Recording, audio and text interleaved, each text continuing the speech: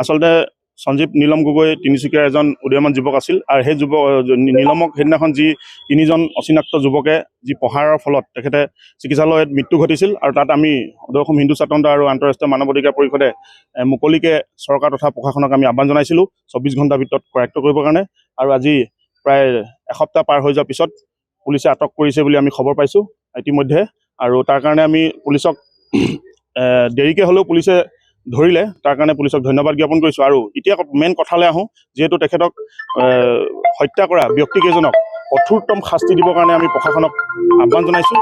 আৰু অনাগত দিনত যাতে এনেকুৱা ধৰণৰ হত্যা আমাৰ তিনিচুকীয়া জিলাখনত বা অসমত যাতে নহয়, তাৰ প্ৰতি দৃষ্টি ৰাখিবৰ কাৰণে প্ৰশাসন তথা চৰকাৰক আমি অনুৰোধ জনাইছোঁ।